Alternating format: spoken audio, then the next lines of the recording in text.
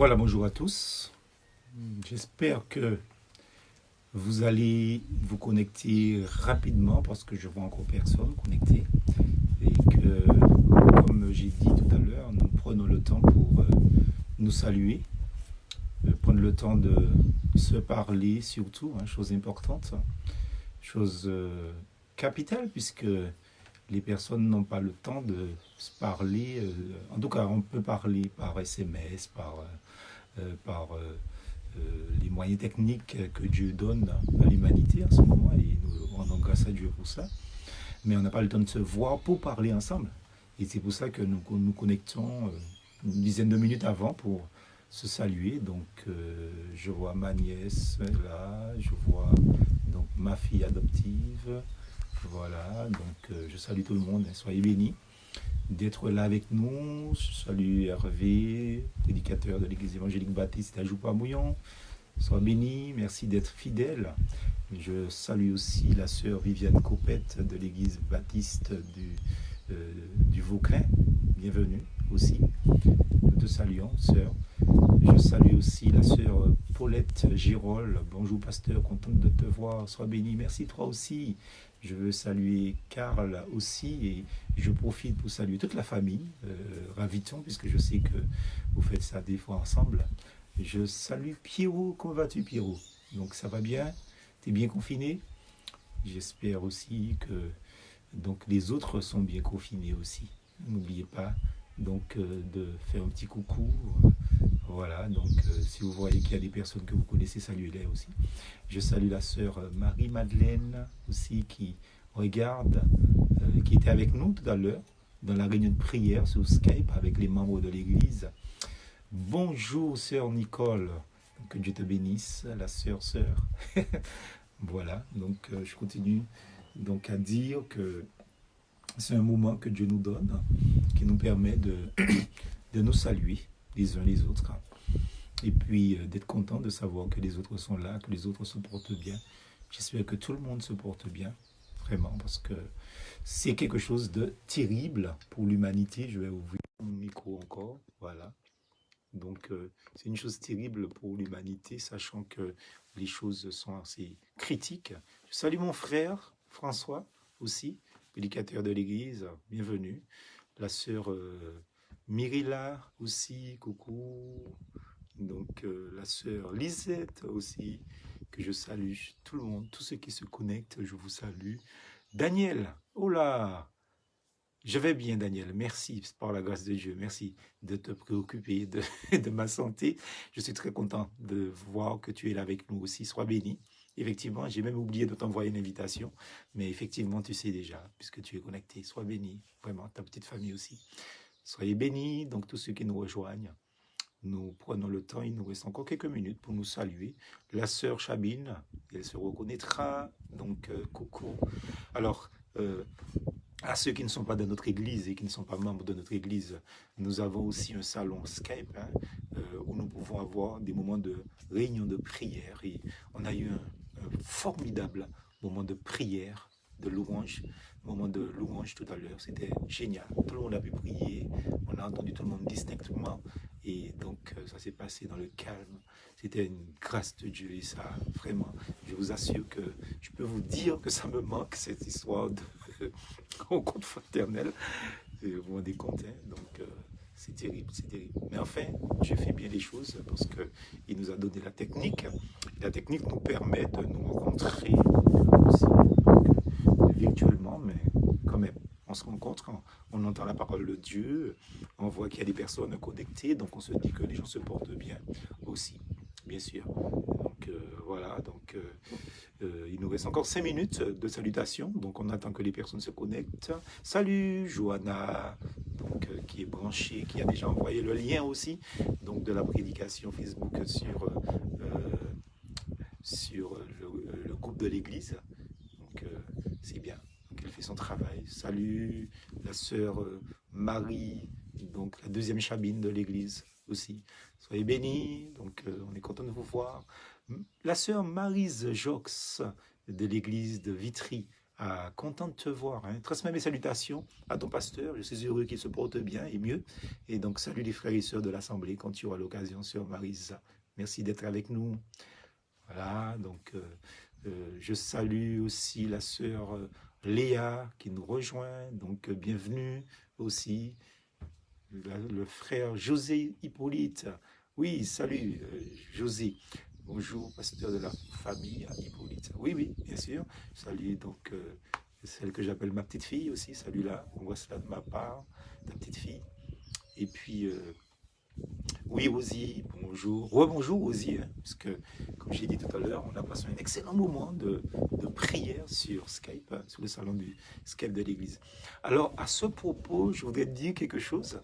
Parce qu'il y a plusieurs, hein, ce n'est pas une seule personne, mais plusieurs personnes qui m'ont demandé ou qui me demandent de rejoindre le moment de prière que nous faisons avec l'église évangélique baptiste d'Ajoupa-Bouillon. Je ne peux pas les répondre quand ils m'envoient les messages tout de suite parce que soit je suis en prière avec eux, soit ils sont en prière. Et même si je ne suis pas en prière, je ne peux pas parler. Je veux quand même participer et écouter leurs prières. Mais nous ne pouvons pas recevoir des personnes qui ne sont pas membres de l'église dans le groupe Skype de notre église évangélique baptiste d'Ajoupa-Bouillon. Donc voilà, donc peut-être que c'est quelque chose qu'il faudra faire, je ne sais pas moi, avec tout le monde en dehors de l'église, mais ça c'est réservé à l'église et nous avons des sujets de prière qui sont peut-être qui peuvent être intimes. Donc voilà, c'est ce que vous nous comprendrez pour ça. Alors, qu'est-ce qu'il y a encore comme nouveau venu sur le groupe pour la prédication? Il nous reste 2 minutes, non, 3 minutes. Nous saluons, eh ben voilà, la sœur Menhir, Mimi, donc ma belle-sœur aussi. Donc j'ai 2 belles-sœurs sur le salon là. Donc voilà, donc salut la famille Menhir. J'ai eu ton époux ce matin au téléphone, donc bénédiction. Et maintenant, donc voilà, je t'ai sera béni. Hein. Donc, salutations à tous et à toutes. Il nous reste 2 minutes, là maintenant, cette fois-ci. Ça me fait rire parce que je lisais hier soir qu'on disait que chaque fois qu'une personne tousse, on pense que la personne a le coronavirus. Et donc, alors j'ai toussé, mais ça ne veut pas dire que j'ai le coronavirus, vous voyez ce que je veux dire. Donc, salut Maxo, donc Max de la Guadeloupe qui nous rejoint, soit béni Max. Hein, donc, salutations de la Martinique et puis salut les bien-aimés de la Guadeloupe. C'est un fidèle. Hein, donc, alors je rappelle, puisque Max se connecte, ça me fait penser que vous pouvez, puisqu'il rediffuse où il fait la vidéo donc en même temps. Vous pouvez faire la vidéo dans la vidéo, c'est-à-dire que pendant que le message est en train de se faire, vous pouvez vous-même transmettre le message sur votre salon ou par votre page Facebook aussi. Donc, je suis content donc, de voir qu'il y a des personnes donc, qui sont fidèles et qui écoutent. Vous pouvez donc distribuer le message, vous pouvez donc partager si vous voulez. Et je rappelle que notre message est après donc en différé sur YouTube par notre technicienne Johanna. Donc c'est bien. Donc elle fait un travail formidable. Je salue Clément qui nous rejoint, donc la sœur Marie, et dit Marie-Josée, Rosemary, pardon, je vais toujours mettre Marie avant. Rosemary, salut, coucou, coucou, Clément, coucou Rosemary. Et je vois le frère Germain Maroudin de la Guadeloupe aussi. Donc, salut à toi, frère Germain. Tu n'es pas le seul frère de la Guadeloupe sur le salon avec nous. Et ça me fait plaisir de voir que tu es connecté avec nous. Donc, bonjour à toi et bonjour à ton église aussi et aux frères et sœurs donc, de la Guadeloupe. Je salue aussi Marguerite Akramel, donc, qui est une sœur, une grande personne maintenant, mais qui a été une jeune dans l'une de nos églises en Martinique et qui vit en France, donc qui se connecte, hein, que je salue vraiment très fraternellement aussi. Donc salue ton époux et salue tes enfants de ma part hein, aussi. Et puis salue ton pasteur, que tu sais que je connais bien. Donc voilà. Donc Sylvina aussi, bienvenue. Donc que Dieu te bénisse. Merci d'être avec nous. Donc, il nous reste plus de temps. Alors, tous ceux qui vont se connecter, je n'aurai pas le temps de les saluer comme j'ai salué individuellement chaque personne. Donc, vous êtes déjà plus de 30 hein, sur le salon. Donc, je ne pourrai pas saluer tout le monde, ceux qui vont venir. Donc, Par anticipation, je leur dis bienvenue sur notre page Facebook pour le message dominical que nous voulons faire spécialement donc pour vous, puisque les messages aussi, surtout, Père très saint, dans l'explication surtout de ta parole, de nous conduire par ta grâce et par ta bénédiction, dans le précieux et beau nom de Jésus-Christ. Amen. Voilà, amis auditeurs, nous sommes contents d'être ensemble. Nous sommes contents donc de pouvoir partager la parole de Dieu avec vous. Et comme vous le savez, aujourd'hui, c'est le dimanche de Pâques. Alors, je n'ai pas fait essentiellement un message de Pâques, mais j'ai voulu parler de Jésus-Christ. Et le titre de ce message est le suivant, le triomphe de Jésus. Alors, il me semble logique de parler de Jésus en tant que celui qui a triomphé du diable, du monde, de la chair et aussi bien sûr de Satan. Le triomphe de Jésus. Mais particulièrement le triomphe, je voudrais aborder, souligner le thème, rester sur le thème du triomphe que Jésus a eu sur Satan. Le triomphe de Jésus, et on n'aura pas le temps de voir les résultats du triomphe de Jésus-Christ, mais je voudrais vous inviter à lire dans Colossiens chapitre 2, verset 15. Donc si vous êtes rapide, vous pouvez prendre votre Bible électronique ou papier et chercher rapidement. Mais je voudrais lire dans Colossiens 2, verset 15 avec vous. Un texte que vous connaissez bien, puisqu'il est aussi chanté donc, dans un excellent petit chœur, mais qui date de ma jeunesse. Ceux qui sont de ma génération et plus vont peut-être se souvenir, mais peut-être pas la nouvelle génération, vingtaine et même trentaine. En tout cas, c'est Colossiens 2, 15. Il a dépouillé les dominations et les autorités, et il les a livrées publiquement en spectacle, en triomphant d'elle par la foi. Donc le chant dont je fais allusion se trouve sur le GM 1, vous voyez c'est vieux, j'avais 16 ans donc quand c'est sorti, même peut-être moins que ça je pense, et donc ce chant dit ce qui suit, les mêmes paroles, il a dépouillé les dominations et les autorités, il les a livrées publiquement en spectacle, en triomphant d'elle par la foi. Voilà, donc c'est juste ça, c'est le verset et j'ai beaucoup aimé donc ce petit cœur qui exprime la parole de Dieu. Donc je voudrais voir avec vous l'introduction de ce message, le triomphe de Jésus. Vous savez, quand on parle de triomphe, on parle de victoire, n'est-ce pas? Et la victoire, c'est le succès que l'on remporte suite à un combat, quand on était dans un combat en créole, on va dire, qu'on était à gourmet, n'est-ce pas?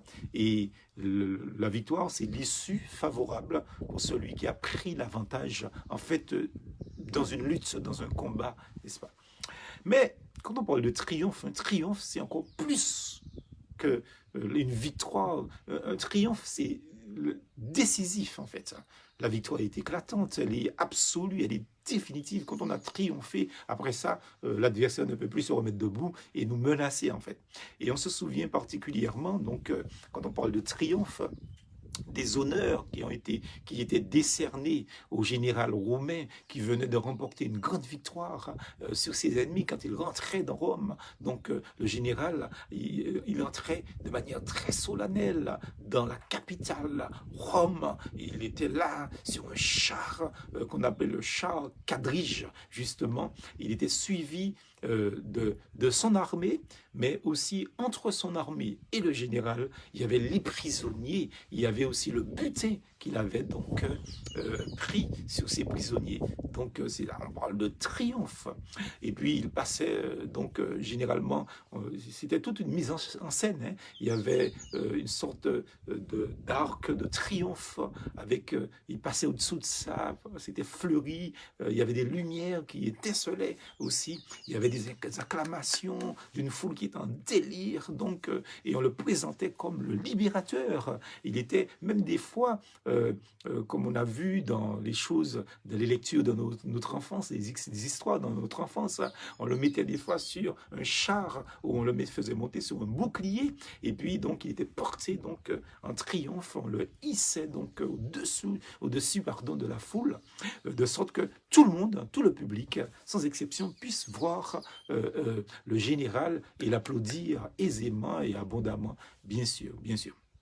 Alors toutefois, dans ce monde que nous nous trouvons, la chute suit parfois de très près le triomphe qui, comme on le sait, dans ce monde, le triomphe n'est jamais définitif. La gloire n'est jamais définitive. Donc, concernant ces stars dans ce monde qui sont triomphalement célébrées, etc., eh bien, très souvent, la chute n'est pas loin. D'où cette expression qui est une expression très connue dans ce temps-là et qui revient de plus en plus à la mode. On dit que la roche tarpéienne est près du Capitole. La roche tarpéienne est près du Capitole.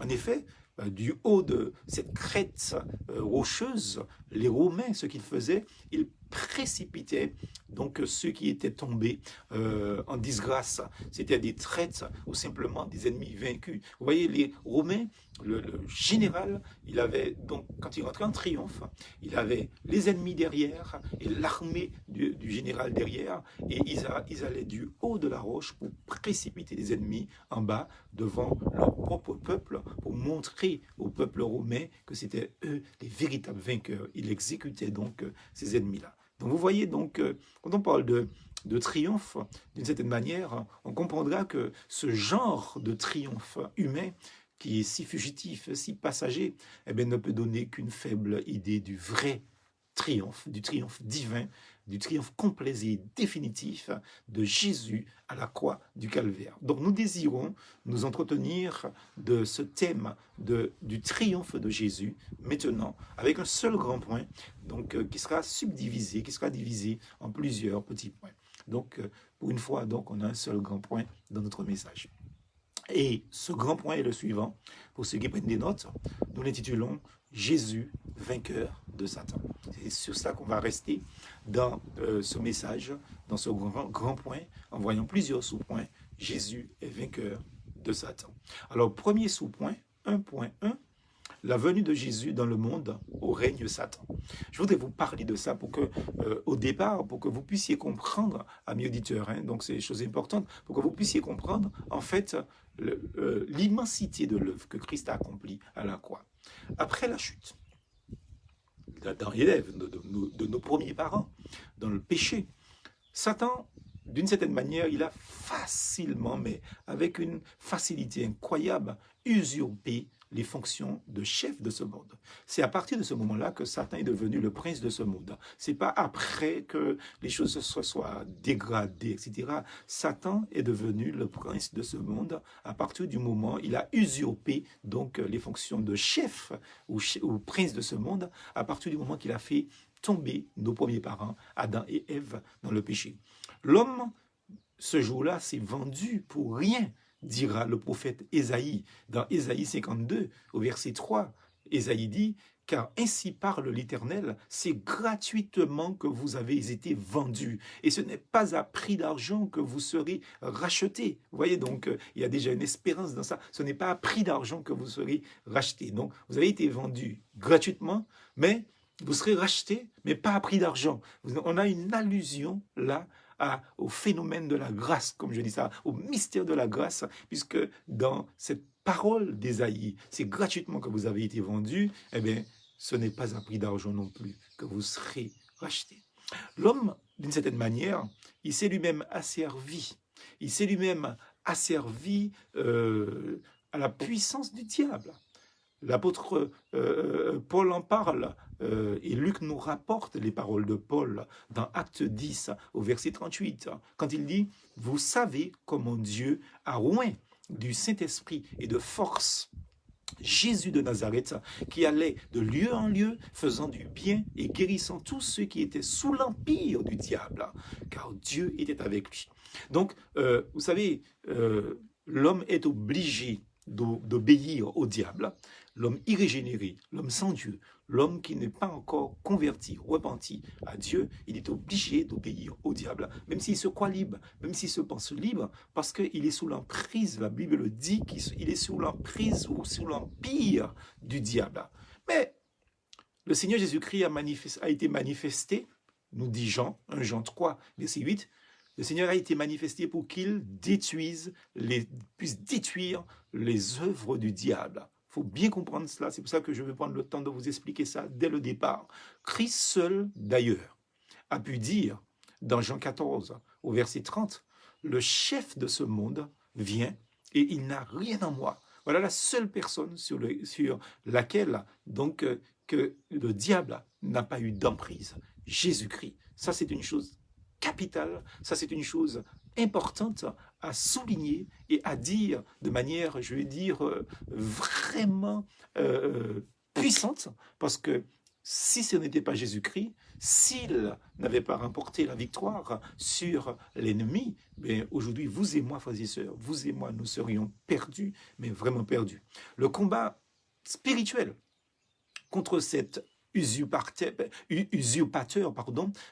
s'est affermi, donc affirmé plutôt, donc dès la venue de Jésus-Christ sur terre. À partir du moment que Christ est venu sur la terre, dès qu'il est rentré dans ce monde en étant bébé, n'est-ce pas? Eh bien, ce combat a commencé. Véritablement. Jésus a voulu, d'une certaine manière, recommencer entièrement l'histoire de l'homme, tout à la gloire de Dieu. Parce que la première histoire, le premier Adam, a faussé. Donc maintenant, il y a le deuxième Adam, qui n'est pas selon la chair, mais selon l'esprit. Donc Christ est entré dans ce monde à la manière de tous les humains. Il n'est pas rentré avec fantaisie, avec, je vais dire, faste. Il n'est pas entré avec des paillettes, avec des projecteurs. Il est rentré à la manière de tous les humains. Il est né d'une femme. À la différence de l'Antichrist, n'est-ce pas? Qui est peut-être déjà parmi nous, hein, mais peut-être inconnu. Jésus, lui, il a d'abord été trouvé sous l'aspect d'un faible petit enfant. Et nous savons comment un petit enfant est chétif, hein, n'est-ce pas? Comment un petit enfant est, je vais dire, minuscule. Comment il est, d'une certaine manière, fragile. Mais Christ était dans cette fragilité-là aussi. Il était semblable à nous. Toutefois, la parole de Dieu nous dit que Christ a été conçu par le Saint-Esprit, c'est la grande différence, dans le sein virginal de Marie, donc qui a été trouvée donc comme étant celle qui pouvait mener à bien cette mission. Et la Bible nous dit qu'une grâce lui a été faite. Hein.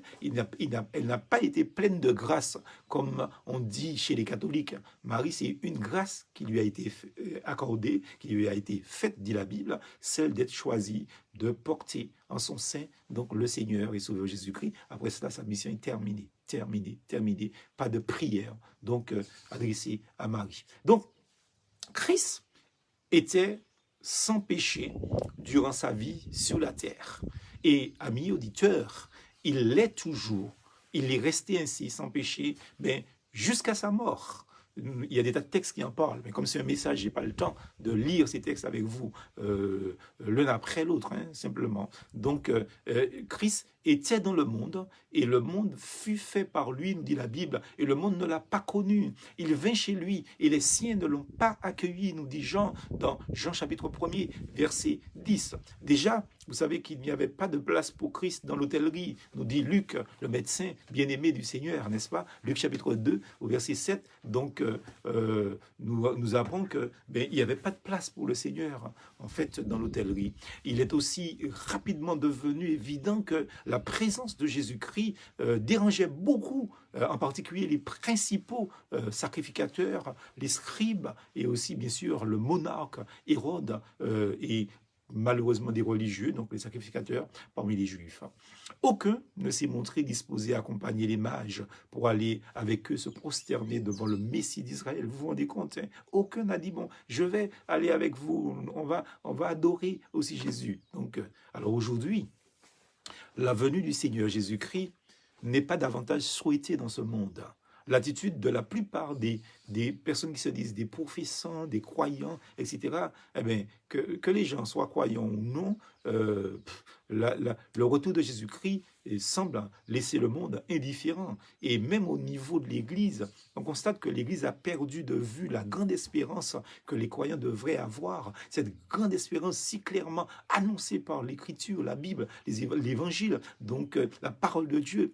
Dans 1 Thessaloniciens 4, versets 14 à 18, il est question que nous serons enlevés ensemble dans les nuées à la rencontre du Seigneur, en l'air, dans les airs, n'est-ce pas, pour être toujours avec le Seigneur et pour régner avec le Seigneur. Et je pense que chaque croyant, chaque enfant de Dieu doit attendre cette venue. L'Église ou les croyants ont oublié, hélas, les changements pratiques qui devaient s'en suivre dans la vie de ceux qui attendent le Messie, le Seigneur Jésus-Christ, qui doit retourner en gloire. Deuxième point, le cruel dessein d'Hérode. Vous savez qu'au moment de la première venue du Seigneur Jésus-Christ, un certain Hérode, d'ailleurs qui était un Édomite, justement, puisqu'il est descendant d'Édom, Hérode le Grand régnait, nous dit-on, dans la parole de Dieu, Hérode régnait à Jérusalem. En se dressant contre le plan de Dieu, ce despote cruel, il se fait en fait un type de Satan qui, lui, est le prince de ce monde. Vous voyez donc, nous avons vu dans le premier point que dès la première occasion que Satan avait pour détruire le plan de Dieu, eh bien, il a agi. Et là maintenant, il comprend qu'il y a autre chose qui est en train de se faire. Et donc, il va agir. Dans le premier cas, il a agi sous un animal. Dans le deuxième cas, il va agir sous les traits d'un être humain. Hérode. Hérode va se faire le type de Satan, prince de ce monde. Les mages du lointain Orient venaient donc rendre hommage au roi des Juifs qui vient de naître. Et en arrivant à Jérusalem, ils cherchent à savoir où le Messie a été mis au monde. Matthieu chapitre 2, verset 2. En entendant parler d'un tel désir, l'usurpateur, donc Satan lui-même, il est certainement très très inquiet, n'est-ce pas? Alors il interroge les principaux sacrificateurs et les scribes qui lui confirment en fait que le Messie doit naître à Bethléem. Vous voyez dans Michée chapitre 5 au verset 1er, il était dit que le Messie doit naître à Bethléem. Mais ça, c'est comme si on vous dit que quelqu'un doit naître à Paris ou à Fort-de-France ou à Pointe-à-Pitre ou bien, je ne sais pas moi, à Antigues, hein, puisque j'ai des amis, des frères et sœurs d'Antigues qui nous écoutent, hein, Nicole Parker et son époux. Donc, bien sûr, et en France, bien sûr. Donc, on vous dit que quelqu'un doit naître dans une ville. Vous savez le nom de la ville, mais vous ne savez pas où dans la ville. Et c'est là que vous pouvez comprendre que Satan est limité à mes frères et sœurs, amis auditeurs. Satan est limité. Il sait que Jésus doit naître à Bethléem, comme ceux qui ont étudié les Écritures le savaient, mais il ne sait pas, Satan ne sait pas où il doit naître. Et donc, qu'est-ce qu'il fait? Il s'empare d'un homme qui est Hérode, l'édomite, le despote, le méchant roi, justement. Et ce roi va interroger d'autres personnes, justement, pour pouvoir savoir, mais où est-ce que le Messie doit naître? Eh bien, la prophétie n'a pas donné de précision. La prophétie a simplement dit, mais il doit naître à Bethléem. Point barre. Donc, Satan ne sait pas où Jésus doit naître. Il sait que c'est à Bethléem, mais il ne connaît pas le lieu. C'est pour ça que je veux dire aux chrétiens, vous n'avez pas d'effroi à avoir par rapport à Satan. Satan est vaincu. Et nous allons voir ça tout à l'heure dans le message. Vous n'avez pas à avoir peur du diable. Non pas parce que vous êtes fort, mais si vous êtes fort en Christ. Mais Christ est fort. Et Christ a vaincu. Il a dépouillé les dominations et les autorités et les a livrées publiquement en spectacle, nous dit la parole de Dieu. Donc vous êtes fort. Vous êtes du côté du plus fort. Et Satan est limité parce qu'il sait la ville. Il est comme nous en fait. Hein. Il connaît dans quelle ville. Bethléem. Mais où à Bethléem? Il ne sait pas. Dans quelle hôtellerie, dans quelle maison, dans quel champ, dans quel jardin. Il ne sait pas du tout. Alors il utilise Hérode pour savoir justement donc où doit naître le petit enfant. Dans Matthieu, au chapitre que nous lisons, Matthieu chapitre 2, au verset 8, Hérode déclare alors secrètement hommage, son désir d'aller rendre lui aussi hommage au petit enfant. Il leur demande donc de revenir vers lui et de lui apporter les précisions nécessaires pour qu'il le trouve aisément. Vous voyez, donc nous savons que c'est un mensonge et le diable ne dit jamais de la vérité. Attention, hein, donc il n'y a jamais de vérité dans les propos du diable. Et il y a des personnes qui, des fois, Voilà, attention, il y a des gens qui racontent n'importe quoi, qui disent n'importe quoi. Donc, il y a des gens qui disent, oui, ils ont délivré des gens de démons, le démon leur a dit quelque chose. Vous savez, un démon ne dit jamais la vérité. Un démon, c'est un diable. C'est un fils du diable. Il est rangé du côté du diable. La parole de Dieu nous dit clairement qu'il n'y a pas de mensonge. Il n'y a pas de pardon, il n'y a pas de vérité dans les propos du diable. Il n'y a que mensonge parce qu'il est menteur dès le commencement. Et si quelqu'un prie pour pouvoir délivrer quelqu'un de démons, etc., et que le démon vous dit quelque chose, c'est un mensonge parce que le démon ne dit pas la vérité. Donc, vous faites très attention à ça. Donc, qu'est-ce qui se passe? Dans ce que Hérode dit, c'est un mensonge parce qu'il dit, je veux aller l'adorer. En fait, il projette en réalité de tuer celui qui pouvait devenir, du moins, c'est ce qu'il croit, un rival pour lui. Vous croyez que si Jésus-Christ a rivalisé avec quelqu'un, c'est avec Hérode qu'il va rivaliser? Christ n'a pas le temps et puis il ne peut pas rivaliser avec qui que ce soit, puisqu'il est unique, il remplit l'espace, il remplit donc l'univers. Donc Hérode se trompe, il croit que Jésus-Christ, donc, je vais dire, quoi d'autre? Il croit que Jésus-Christ, c'est un rival, c'est quelqu'un qui va donc le rivaliser dans son poste d'empereur, en fait. Or, sa vie personnelle allait bientôt s'achever dans l'incrédulité. C'est ce qu'Hérode, lui, il ne savait pas. Et ce mauvais dessein d'Hérode ne sont que le reflet de ceux de Satan, son maître. Mais Dieu fait finalement échouer donc les artifices du diable. Si même il s'en sert parfois pour nous faire du bien à la fin, parce que des fois Dieu tourne le mal en bien, Dieu nous fait du bien de toute manière, n'est-ce pas? Donc, mais Dieu va utiliser donc je vais dire cette situation donc pour mettre les choses de manière autre que ce que Hérode ou Satan pensait. Alors premièrement, qu'est-ce qui va se passer? Eh bien, les mages sont divinement avertis, nous dit la Bible, en songe de ne pas retourner chez Hérode, au verset 12. Matthieu chapitre 2, verset 12. Donc, Dieu veillait sur son envoyé, sur Emmanuel, dont le nom signifie Dieu est avec nous. Donc, Dieu veillait sur Emmanuel, qui est l'objet de toute cette haine de la part des hommes, mais en qui Dieu a mis toute son affection, nous dit la parole de Dieu. Dieu lui-même le dit d'ailleurs. Donc, nous n'ignorons pas, amis auditeurs, frères et sœurs, les desseins du diable. Et il cherche constamment à détruire. C'est ce que dit l'apôtre Paul dans 2 Corinthiens chapitre 2, verset 11. Le diable cherche constamment, de manière permanente, à détruire l'œuvre de Dieu. C'est pour ça qu'il ne faut pas ouvrir de porte pour le diable. Donc, vous savez que Christ sera appelé à faire, dès son enfance, un petit voyage en Égypte.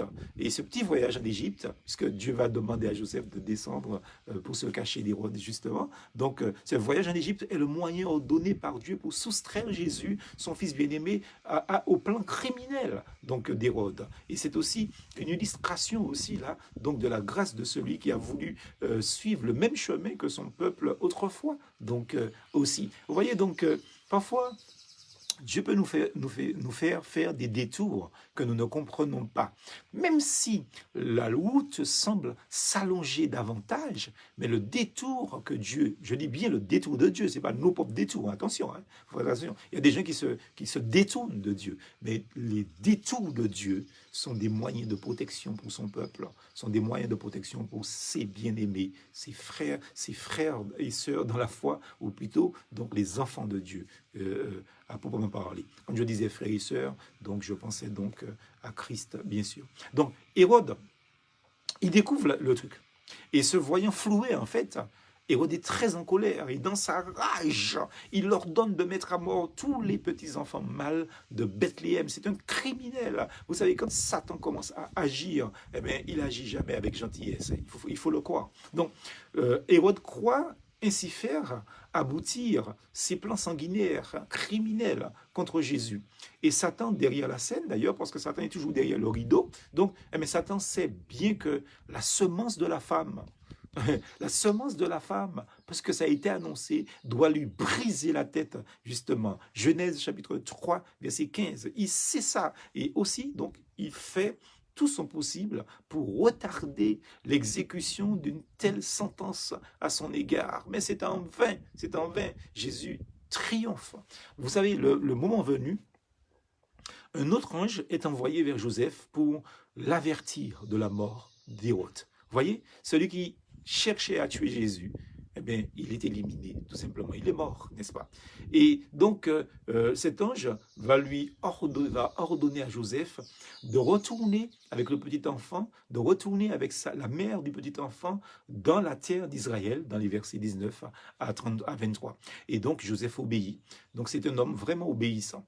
Et la bénédiction, frères et sœurs, est toujours dans l'obéissance. Il n'y a pas de bénédiction dans la désobéissance, comprenez-le. Et si, en ce moment où le Seigneur est en train de nous parler ensemble, vous constatez que vous êtes dans la désobéissance, pliez les genoux devant Dieu, levez la main au ciel, demandez pardon au Seigneur, parce que vous ne pouvez pas être béni dans une situation de désobéissance. La bénédiction ne se trouve que dans l'obéissance. Et ça, Joseph le savait. Joseph, homme vraiment obéissant, va écouter ce que dit l'ange, et Jésus sera durant près de 30 ans l'habitant presque inconnu d'une ville également méprisée, donc qui sera la ville de Nazareth. Jean chapitre 1er, verset 44, 47, il est dit, mais est-ce que quelque chose de bon peut sortir de Nazareth? Vous voyez, des fois, nous méprisons les petits commencements. Nous méprisons les gens humbles. Nous méprisons les situations peut-être, je vais dire, pas glorieuses. Mais attention, attention. Dieu prend toujours les choses méprisées pour les élever. Ne l'oubliez jamais. Pourquoi? Parce que Dieu veut avoir toute la gloire. Toute la gloire. Alors, soyons vigilants et ne méprisons ni les petits commencements, ne méprisons non plus ni les personnes humbles. Faisons très attention. Parce que n'oublions pas que notre Christ, il est venu dans ce monde en tant que personne humble aussi. Et nous devons faire très attention à cela. Troisième point. Donc, on est dans un grand point, hein. Donc le premier point, et on est dans le troisième sous-point. Donc, je le souligne. L'homme fort lié par Jésus au désert. Donc, c'est ça notre troisième sous-point, 1.3, l'homme fort lié par Jésus au désert. Alors, le ministère donc de Jésus va commencer. Il prend part au baptême de la repentance, non pas parce qu'il a à se repentir de quelque péché que ce soit, mais c'est pour accomplir la justice, dit-il dans Matthieu chapitre 3, verset 15. Il dit comme quoi il est convenable que nous accomplissions ce qui est juste. Et c'était ça la règle. Et il se conforme à la règle. Vous voyez, même Christ s'est conformé à la règle, aux règles. Et des fois, nous avons des chrétiens. C'est assez impressionnant. Nous avons des personnes qui se trouvent dans des églises, enfin, pas à Joupa Bouillon, hein, donc à Joupa Bouillon, tout le monde est gentil, n'est-ce pas? Donc, nous avons des chrétiens qui se disent, oui, voilà, donc je ne me conforme pas à ceci parce que ça vient des hommes, c'est l'église. Mais nous voyons Christ, en fait, se conformer donc aux règles judaïques, aux règles de la loi mosaïque, parce que c'était ça. Et quand Jean-Baptiste va lui dire, mais non, tu es le Christ, c'est pas possible que tu ailles en ce sens. Christ va lui dire dans Matthieu chapitre 3, verset 15, si vous croyez en la Bible, en Jésus-Christ, eh bien Christ lui dit, mais il est convenable que nous pratiquions ce qui est juste. Il est convenable. Et j'invite les croyants des assemblées à faire ce qui est convenable, justement à pratiquer ce qui est juste. Vous arrivez dans une église, n'essayez pas de faire la révolution dans l'église. Peut-être que justement, si vous venez dans cette nouvelle église, c'est peut-être parce que vous avez essayé de faire la révolution. Alors vous étiez, on ne vous a pas laissé faire. N'est-ce pas? Et si vous venez dans une église et que vous trouvez que l'église fonctionne bien, eh bien, rentrez dans le moule. Pratiquez ce qui est juste. Comme Jésus-Christ, n'est-ce pas? Quand Jean-Baptiste a dit, mais non, ça c'est les hommes qui font ça, etc., etc. Christ lui a dit, il est convenable que nous pratiquions ce qui est juste. Justement, si vous voulez que ça marche bien, eh bien, fonctionnez bien comme Christ le faisait. Et ensuite, nous dit Marc, au chapitre 1er, au verset 13, vêtu de la puissance de l'Esprit, eh bien, Christ est emmené au désert où il vit au milieu des bêtes sauvages et même au milieu des démons, parce que là, il va recevoir des tentations, hein, n'est-ce pas? Donc, Christ va vivre avec les bêtes sauvages. Vous vous rendez compte de cela, amis auditeurs? C'est quelque chose que nous devons comprendre. Et quand il s'y trouve face à face avec les démons, avec Satan, eh bien, le contraste avec la scène qui s'est déroulée dans l'Éden est complet. Le contraste est je veux dire, vraiment contrastant, si je peux parler comme ça. On ne peut pas faire de parallèle, en fait. C'était, pour Adam et Ève, c'était dans un jardin de délices, n'est-ce pas? C'est un jardin de délices préparé pour eux par Dieu lui-même, qu'Adam et Ève se trouvaient lors de leur propre tentation, et pourtant ils ont succombé. Vous vous rendez compte? C'est pour ça qu'il y a des personnes qui se disent, parfois je contredis, c'est des gens qui se disent, ah oui, si Dieu m'avait donné ça, je n'aurais pas fait ça. Si Dieu me permettait d'avoir ça, je n'aurais pas... C'est pas vrai. Adam et Ève étaient dans les meilleures conditions, je vais dire humaines, les meilleures conditions matérielles aussi, les meilleures conditions, je vais dire conjugales, les meilleures conditions, je vais dire, si c'était pour parler de manière moderne, on pourrait dire que leur frigidaire était rempli, ils avaient des fruits et des légumes à satiété, ils avaient des sources, ils avaient tout, les animaux n'étaient pas sauvages, tout était en leur faveur pour qu'ils puissent résister aux tentateurs. Et pourtant, ils n'ont pas résisté. Amis auditeurs, ne croyez pas que si vous avez quelque chose, si vous étiez avec quelqu'un, si vous étiez dans d'autres conditions, que vous n'aurez peut-être pas succombé. Ce qui nous empêche de succomber, c'est l'obéissance à la parole de Dieu. Tant que vous n'en êtes pas là, vous pourrez avoir tout ce que vous voulez. Vous allez succomber. Vous comprenez, l'important, c'est de se conformer donc, à la parole de Dieu. Et donc, Jésus, lui, à contrario, justement, Jésus jeûne 40 jours et 40 nuits. Il n'est pas dans un jardin de délices. Son frigidaire n'est pas rempli, n'est-ce pas? Il n'a pas des fruits et des légumes à satiété. Il est dans le désert.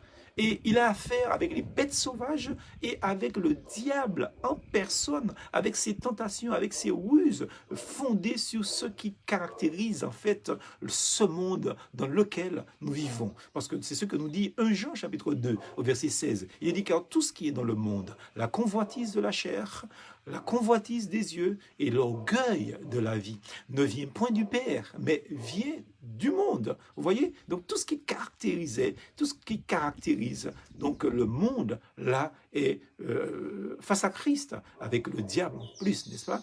Jésus avait volontairement pris un corps d'homme, et c'est dans cette faiblesse de corps d'homme que la puissance de Dieu va s'accomplir. C'est pour ça que la parole de Dieu nous dit, justement, l'apôtre Paul le dit clairement, il dit comme quoi, il préfère quand il est faible, parce que c'est quand il est faible qu'il est fort. Vous savez, si vous vous montrez fort, vous pensez que, voilà, je suis costaud, je suis le plus fort, je suis le plus intelligent, je suis la plus intelligente, etc., etc.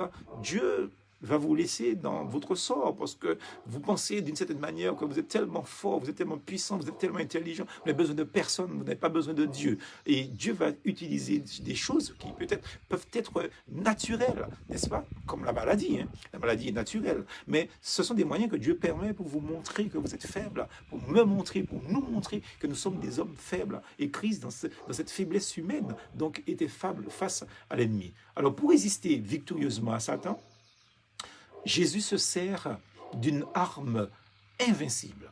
Et cette arme-là, c'est la parole de Dieu. L'épée de l'Esprit, c'est la parole de Dieu. Et c'est la parole de Dieu dont il faut se servir pour pouvoir lutter contre le diable. Et c'est pour ça que dans l'église évangélique baptiste d'Ajou-Papillon, ce que nous faisons depuis plusieurs années, donc les croyants lisent la Bible en entier toute l'année. C'est-à-dire que nous avons un plan de lecture que nous avons mis en place, ou que nous rejoignons.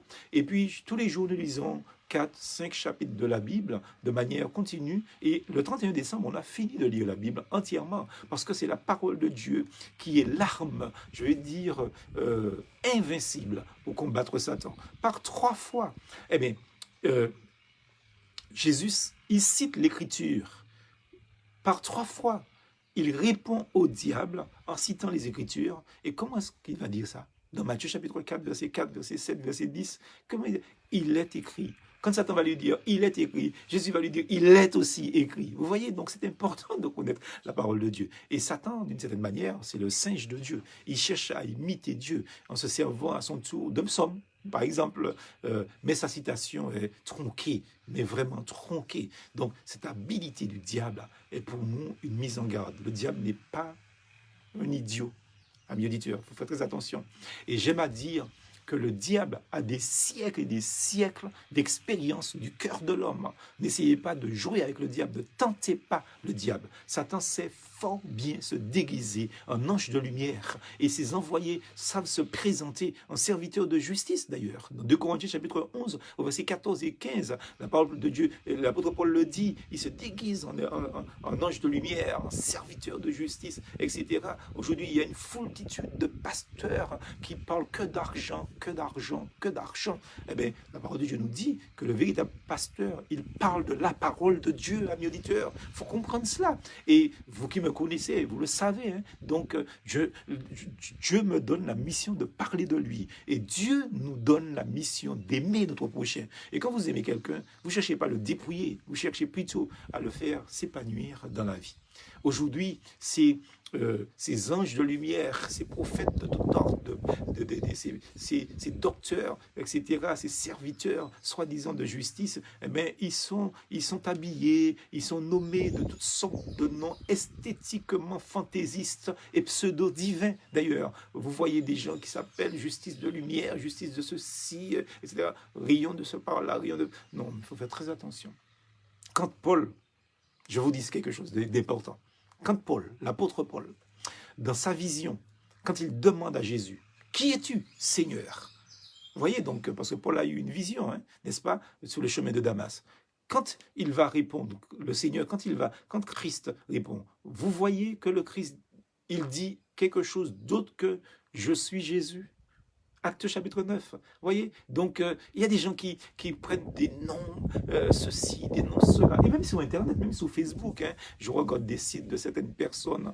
Celui-là prend le nom de soleil, de justice. Celui-là prend le nom de... Je ne sais même pas quoi dire encore, puisque je n'aime pas lire ces trucs-là. Donc, pourquoi ne pas dire, quand vous vous appelez Christophe, si vous vous appelez Christophe, pourquoi ne pas dire, bon, je suis Jean-Marie. Vous regardez bien mon site Facebook, c'est écrit Mati Edjam, et puis point barre, Aléline. Je n'ai pas besoin de me donner des épithètes, parce que Christ n'a pas cherché d'épithète pour son nom. Quand l'apôtre Paul lui a dit, qui es-tu Seigneur, justement, et Jésus a dit, je suis Jésus que tu persécutes. Je suis Jésus que tu persécutes. Alors, et si Christ, vous savez déjà me dire ça, hein, mon modèle c'est Jésus-Christ, etc. Si Christ est votre modèle, faites comme Christ. C'est important. Faites comme lui. Il n'a pas cherché d'un nom particulier, n'est-ce pas? Faites comme lui. Il y a des gens qui prennent des pseudos pour pas qu'on sache qui ils sont exactement. Non, non, faites comme Christ. Je suis Jésus, dit-il à l'apôtre Paul. Et là, c'est important. C'est bien le simplement nommé Jésus qui va lier l'homme fort au désert et dit au diable, va-t'en, arrière de moi, Satan. Et la Bible nous dit que Satan le laisse tranquille. Même si l'évangéliste note le fait comme quoi que Satan va le laisser pour un temps, jusqu'à une occasion favorable, mais il va laisser Jésus tranquille. Alléluia, bénissons le Seigneur. Quatrième sous-point, que nous disons donc 1.4, les biens de Satan pillés par Jésus durant son ministère. Donc le troisième point, je le rappelle, le troisième point c'était donc le cruel dessein d'Hérode, c'était le deuxième point. Le troisième point, c'était l'homme fort lié par Jésus dans le désert. Et le quatrième sous-point, c'est les biens de Satan pillés par Jésus durant son ministère. Donc, on a vu que Christ, il a lié l'homme fort, Satan. Maintenant, il ne va pas se contenter de lier l'homme fort, il va prendre ses biens, c'est-à-dire ce qu'il pensait être ses biens. Donc, désormais, Jésus va piller les biens de l'homme fort, selon Marc chapitre 3, verset 24, Jésus va détruire ses œuvres sous la terre. Il chasse, entre autres, un démon qui était muet. Les foules sont étonnées, n'est-ce pas, surpris. Et certains vont même aller jusqu'à dire que c'est par Belzébuth, le chef des démons, que Jésus chasse les démons, n'est-ce pas? Ça n'a pas de sens. C'est un blasphème contre Jésus. C'est un vrai gros péché de dire un truc comme ça. D'autres encore, voulant le mettre à l'épreuve, montrent leur incrédulité en réclamant un signe venant du ciel. Dans Luc chapitre 11, verset 14, 15 et 16, ils veulent un signe. Ils ne veulent pas croire en Christ, mais ils veulent voir son pouvoir. Jésus-Christ n'a pas de temps à perdre, vous savez. Christ n'est pas venu pour amuser la galerie, il faut le comprendre. Et le Seigneur leur répond au verset 20, « Si c'est par le droit de Dieu que je chasse les démons, alors le royaume de Dieu est parvenu jusqu'à vous. » Et il se sert d'une belle image dans les versets 21 et 22. Et il dit, quand l'homme fort, équipé de ses armes, garde son palais, ses biens sont en sûreté. Mais si il survient un plus fort que lui, qui va le vaincre, eh bien, il lui ôte l'armure dans laquelle il se confiait et fait le partage de ses dépouilles. Vous voyez, l'homme fort, amis auditeurs, il faut bien comprendre, est une figure de Satan. Il maintient captifs ses prisonniers. Satan se sert de sa force, de son expérience pour terrifier les hommes de la crainte de la mort, pour terrifier les hommes de la crainte de la mort. Mais heureusement, béni soit le Seigneur, alléluia, un plus fort est survenu. Et ce plus fort, c'est le Sauveur Jésus, Seigneur, Roi des rois, Seigneur des seigneurs, qui va en fait mettre le diable en fuite. Il le met en fuite dans le désert. Arrière de moi, Satan. Et il prend la fuite parce que ce n'est pas encore le moment de sa mort. Vous savez, toutefois, pour nous secourir, Christ va descendre encore plus bas encore cette fois-ci. Et la Bible nous dit dans le livre aux Hébreux, au chapitre 2, au verset 14, mais par sa mort, Christ a rendu impuissant celui qui avait le pouvoir de la mort, c'est-à-dire le diable. Il va le rendre impuissant. Et évidemment, ça c'est important, amis auditeurs, que je voudrais vraiment prendre le temps de rester sur ce verset 14 de l'auteur de l'Épître aux Hébreux. Il dit que Christ a rendu par sa mort impuissant celui qui avait le pouvoir de la mort. Alors, je m'arrête sur ça parce qu'il y a des tas de personnes. Moi, j'ai vu, par exemple, une personne sur Internet avec une grande pancarte et sur laquelle était écrit, eh bien, si vous ne vous repentez pas, Satan va vous faire souffrir dans l'enfer. Mais ça, c'est une hérésie. Et il ne faut pas qu'un évangélique dise quelque chose comme ça. Et c'est dommage, je n'ai pas pu rentrer en contact avec cette personne, parce que c'était juste une image, une photo de la personne avec la pancarte. Mais si je savais qui c'était cette personne, je l'aurais même téléphoné pour lui expliquer quelque chose. Parce que quand on voit des choses comme ça, parce que c'est ça qui s'est passé, je veux dire, dans l'éducation, surtout de ce qu'on sait, religieux, eh bien, ils donnent l'impression, et ils disent clairement que Satan, il est le chef de l'enfer. C'est-à-dire que Satan fait la loi en enfer. C'est ce que les gens laissent comprendre. Satan fait souffrir les gens en enfer. On va voir un démon avec des cornes, avec une queue, avec une fourche, et puis il pousse les gens à entrer dans les flammes de feu. Mais ça, c'est une hérésie. Ça, c'est pas biblique du tout. Et il faut rejeter cette image en tant qu'évangélique de l'enfer que vous avez, si vous avez cette image. Parce que Satan nous dit, la parole de Dieu nous dit, que Satan, l'enfer a été préparé. C'est Jésus qui le dit, que l'enfer a été préparé pour Satan et pour ses anges. Ça veut dire qu'un enfer, Satan n'a pas de puissance. Satan subit l'enfer. Il subit l'enfer comme les démons. Il subit l'enfer comme les démons qui sont à côté de lui. Il subit l'enfer comme les hommes qui n'ont pas voulu croire en lui et qui iront en enfer. Il n'a aucun pouvoir en enfer. Alléluia.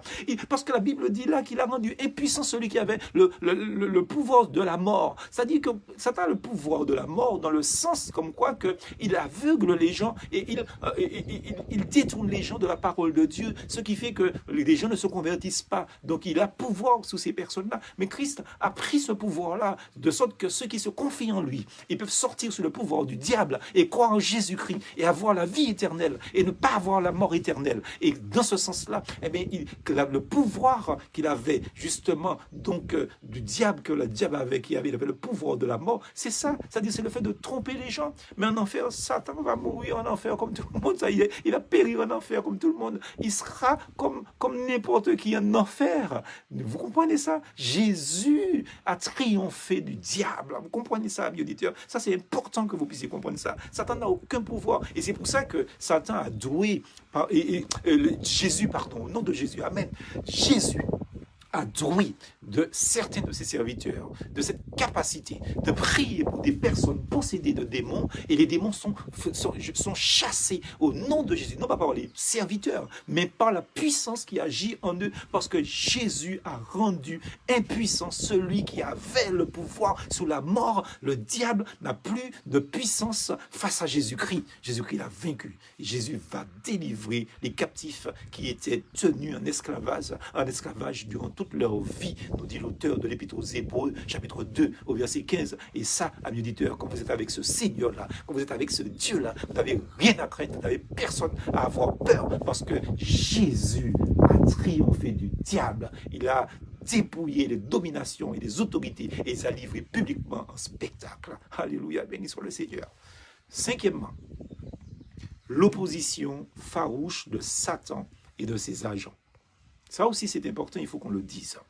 Vous savez, à cette marche triomphante du grand libérateur, Satan oppose une résistance farouche, sans espoir.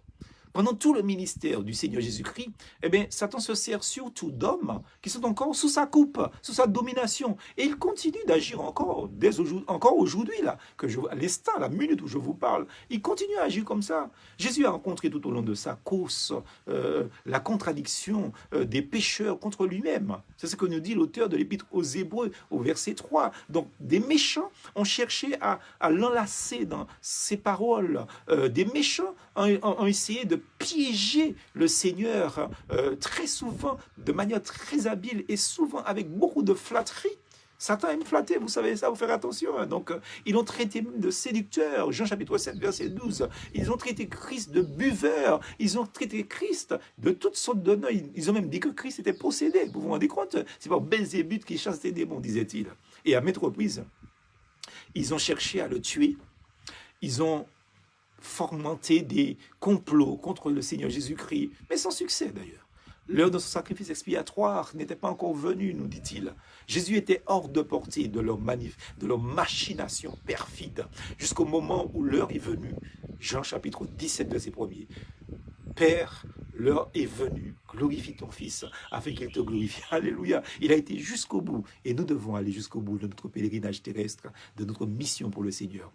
Nous ne doutons pas que le cœur du Seigneur a été rempli de tristesse en voyant Satan réussir à se servir de l'un de ses disciples, hélas, Pierre, le disciple Pierre, pour chercher à le détourner, à détourner son maître de ce chemin d'obéissance qui devait se terminer jusqu'à la croix. Et peu de temps auparavant, cet apôtre avait pourtant semblé avoir du discernement spirituel. Il avait clairement déclaré dans Matthieu 16, au verset 17, « Tu es le Christ, le Fils du Dieu vivant. » Jésus lui aurait répondu, « Tu es bienheureux de dire cela. » Or après, très peu après d'ailleurs, le Fils de l'homme parle à ses disciples de son douloureux chemin. Il avait annoncé qu'il fallait souffrir et mourir à Jérusalem et qu'il ressusciterait le troisième jour. Et alors, menant Jésus à l'écart, qu'est-ce qui va se passer? Pierre va vouloir reprendre le Christ. Mais c'est terrible. Pierre va vouloir corriger Jésus. Seigneur, Dieu te préserve. Cela ne t'arrivera pas. Matthieu chapitre 16, verset 22. Que Dieu te préserve. Il dit que je suis là, moi Pierre, personne ne va te toucher. Mais Christ n'a besoin de personne pour le défendre. Christ n'a besoin de personne. Mais Jésus va se retourner. Et il va dire, non pas à Pierre. Et c'est ce qui est intéressant. C'est ce qui est intéressant. Il va dire, va arrière de moi, va derrière moi, arrière de moi. Littéralement, ça veut dire, va derrière moi. C'est Christ qui est devant. Arrière de moi, Satan. Tu mets un scandale quand tes pensées ne sont pas les pensées de Dieu, mais les pensées des hommes. Alléluia. Vous comprenez ça, chers amis auditeurs. Il faut que nous discernions quelles pensées nous animent des fois. Et il est important pour nous que quand quelqu'un nous dit quelque chose, ce qui nous donne la capacité de ne pas répondre mot pour mot, injure pour injure, insulte pour insulte, c'est que nous avons le discernement de comprendre que derrière celui qui dit ces paroles, Satan est là. Satan est en train de lui indiquer les propos pour nous insulter, pour nous injurier. Et Christ, lui, il avait cette capacité. Il a vu que c'est pas Pierre qui parle, mais qu'il était l'instrument du diable en ce moment. Et il va lui dire, arrière de moi, Satan. Quel avertissement, amis auditeurs, pour nous qui sommes les enfants de Dieu. Si vite, hélas, faute de veiller avec prière, n'est-ce pas? Donc, notre communion avec le Seigneur peut s'interrompre. On peut même devenir un jouet inconscient entre les mains du diable. Chacun a grand besoin donc des secours de l'Esprit pour discerner, pour déjouer en fait les ruses du diable, les ruses de l'ennemi. Et quel exemple nous donne la vie de notre Seigneur Jésus-Christ. Malgré ses efforts, Satan n'a jamais réussi à prendre à défaut la vigilance du Seigneur. Jésus a été aussi troublé dans son esprit au moment où il a purgé, je veux dire, il a jugé plutôt. Donc, à propos d'avertir ses disciples, il leur dit, en vérité, je vous dis que l'un d'entre vous me livrera, n'est-ce pas? Et il s'agissait, on le sait, de Judas, donc le traître qui était encore avec eux dans la chambre haute. Et déjà longtemps, Satan avait déjà préparé le cœur de Judas pour faire sa demeure en lui. Judas avait refusé d'écouter les avertissements du Seigneur, alors qu'il vivait si près de Jésus, si près. Le diable était donc maintenant tenu, il était venu prendre possession de son domicile. Vous vous rendez compte? Parce que la Bible nous dit comme quoi que le diable va rentrer donc dans le cœur de Judas. Sixièmement, avant-dernier point, et rapidement, la tête du serpent brisée à la croix. Ça, c'est important. Sixièmement, 1.6, la tête du serpent brisée. Enfin, l'heure est venue, ou la sombre journée, l'heure est venue. À la croix, la gloire du Seigneur va pourtant briller. C'est pour ça que je souris en disant ça. Sa gloire va briller à la croix. Tout était, je vais dire, là, éclatant, parce qu'il arrive au terme de sa mission. Et au moment même où il est injurié par 1000 voix, donc il est abreuvé de honte par ceux qu'il est venu sauver. C'est triste, hein, n'est-ce pas? En effet, Christ va connaître une victoire totale. C'est là qu'il va briser la tête du serpent ancien à la croix. Et ce grand sujet de méditation requiert beaucoup d'attention de notre part. Le Saint-Esprit habitant en nous désire nous aider à saisir toujours mieux la portée de cette œuvre unique vraiment, dans les annales du temps donc, et de l'éternité. Jésus s'est chargé volontairement du péché. Personne ne pouvait le prendre à sa place, le péché. Aucune forme de souffrance n'a été épargnée à notre bien-aimé Sauveur, Jésus-Christ. La souffrance physique, certes, mais surtout d'indicibles souffrances morales. Les moqueurs étaient là, diligentés par Satan. Ils cherchaient une dernière occasion, un dernier moyen de dissuader Jésus à poursuivre cette œuvre du salut de l'humanité. Et d'une certaine manière, nous constatons que Christ est toujours là, malgré sa faiblesse sur la croix physique. Donc, il est vigilant. Le diable savait que l'accomplissement de cette œuvre se traduirait aussi pour lui par sa condamnation définitive. Ses esclaves, les esclaves de Satan, en passant devant la croix, injuriaient le Seigneur. Matthieu 27, verset 40, toi qui détruis le temple et qui en 3 jours le bâtis, sauve-toi toi-même. Si tu es le Fils de Dieu, descends de la croix et puis après sauve-nous. N'est-ce pas? Les principaux sacrificateurs, les religieux et leurs complices, les scribes et les anciens, surenchérissaient, poussés par le diable. Au verset 43, il a sauvé les autres, il ne peut pas se sauver lui-même. S'il est le roi d'Israël, qu'il descende maintenant de la croix et nous croirons en lui. Si c'est confié en Dieu, que Dieu le délivre maintenant, s'il tient à lui, car il a dit, je suis fils de Dieu. Que de sacrilège. Même les brigands, nous dit la Bible, crucifiés, y ajoutaient de leurs propres insultes. Tous ces hommes méchants ont osé mettre en doute l'amour de Dieu pour Jésus-Christ. C'est quelque chose de terrible. Donc, leur dernier effort pour faire mal va échouer aussi. Béni soit le Seigneur. Cependant, pour le Seigneur, la souffrance des souffrances, c'était même pas la souffrance physique et morale, c'était l'abandon des 3 heures durant lesquelles Dieu a détourné sa face. Et c'est là que Jésus s'est chargé de nos péchés. Pour nous, Dieu l'a fait pécher, nous dit l'apôtre Paul dans 2 Corinthiens 5, verset 21. Il est devenu en fait malédiction, nous dit l'apôtre Paul dans Galates chapitre 3, verset 13. À cette heure suprême, son cœur infini, sous ce poids de moments, porta l'éternité de notre châtiment. Alléluia. Merci Seigneur pour cela. Et donc, en conclusion, Satan rendu impuissant par la mort de Christ. L'œuvre de l'expiation est achevée là maintenant. La victoire est remportée avec un puissant cri de triomphe. Christ entre dans la mort. Tout est accompli. Tout est accompli.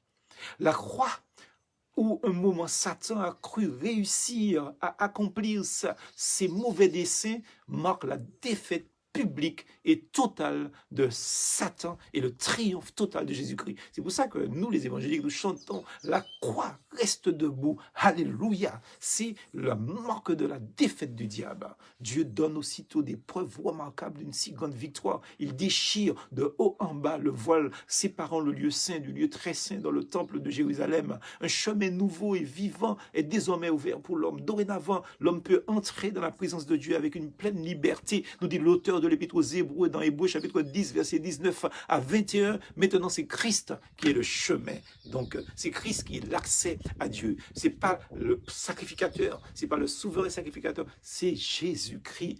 Christ a triomphé. les sépulcres s'ouvrent, les tombes s'ouvrent, la mort doit s'avouer vaincue, la mort rend quelques-uns de ses prisonniers, en attendant le jour si proche où tous, nous les morts en Christ, nous entendrons d'abord la voix du Fils de Dieu et nous vivrons et nous sortirons ainsi du tombeau à la suite de celui qui est déjà victorieux du diable. Ne l'oublions jamais, jamais, jamais. Christ a triomphé du diable et nous n'avons rien à avoir peur, nous n'avons pas à avoir peur du diable. Alors que Dieu bénisse ces paroles de notre cœur, qui nous accorde la grâce d'être toujours à la suite de ce Seigneur et Dieu victorieux. Je vous invite à prier. Prions ensemble. Te bénissons, Seigneur, pour ta mort à la croix. Nous te bénissons aussi pour ta résurrection 3 jours après cette mort. Tu nous montres que tu as triomphé du diable. Et comme nous l'avons vu dans ce verset, le chapitre 2 de Philippiens, Colossiens, il a dépouillé les dominations et les a livrées publiquement un spectacle, en triomphant d'elle par la croix. Nous te bénissons pour cette victoire, Seigneur, que tu as eue. Nous te bénissons pour ton amour, nous te bénissons pour ta fidélité. Et nous nous gardons précisément cette victoire en nous. Parce que ta victoire est devenue notre victoire. Nous te louons, nous te bénissons pour toutes choses. Que ton nom soit béni d'éternité en éternité. Amen. Voilà, amis auditeurs, donc le message que nous avons voulu faire ensemble avec vous, comme chaque dimanche, pendant ce temps de confinement. Alors, juste une petite annonce pour dire que qu'il a, bon, bien sûr, hein, il a vaincu la mort, donc à la croix, et bien sûr, et non par la foi, justement. Et donc, mais chose importante, nous rappelons que nous avons ces rendez-vous-là, donc mardi soir pour la méditation, 18h30, mais prise d'antenne vers 18h15, 18h20 pour les salutations. Tous les mardis pendant le confinement, tous les vendredis pour l'étude biblique que nous continuons sur Géasi et aussi Judas en faisant un parallèle. Donc faites circuler ces informations. Et puis bien sûr le dimanche nous nous rencontrons à 11h pour le message dominical, bien sûr. Alors soyez bénis, bien-aimés, que Dieu vous garde. Nous rappelons aux frères et sœurs de l'église évangélique baptiste d'Ajoupa-Bouillon que nous avons rendez-vous à 17h30 ou 17h15 donc pour un petit rendez-vous pour discuter ensemble sur Skype de toutes choses. Que Dieu vous garde, que Dieu vous bénisse. À bientôt. Soyez sages, plus force en Jésus et surtout, restez chez vous. À bientôt.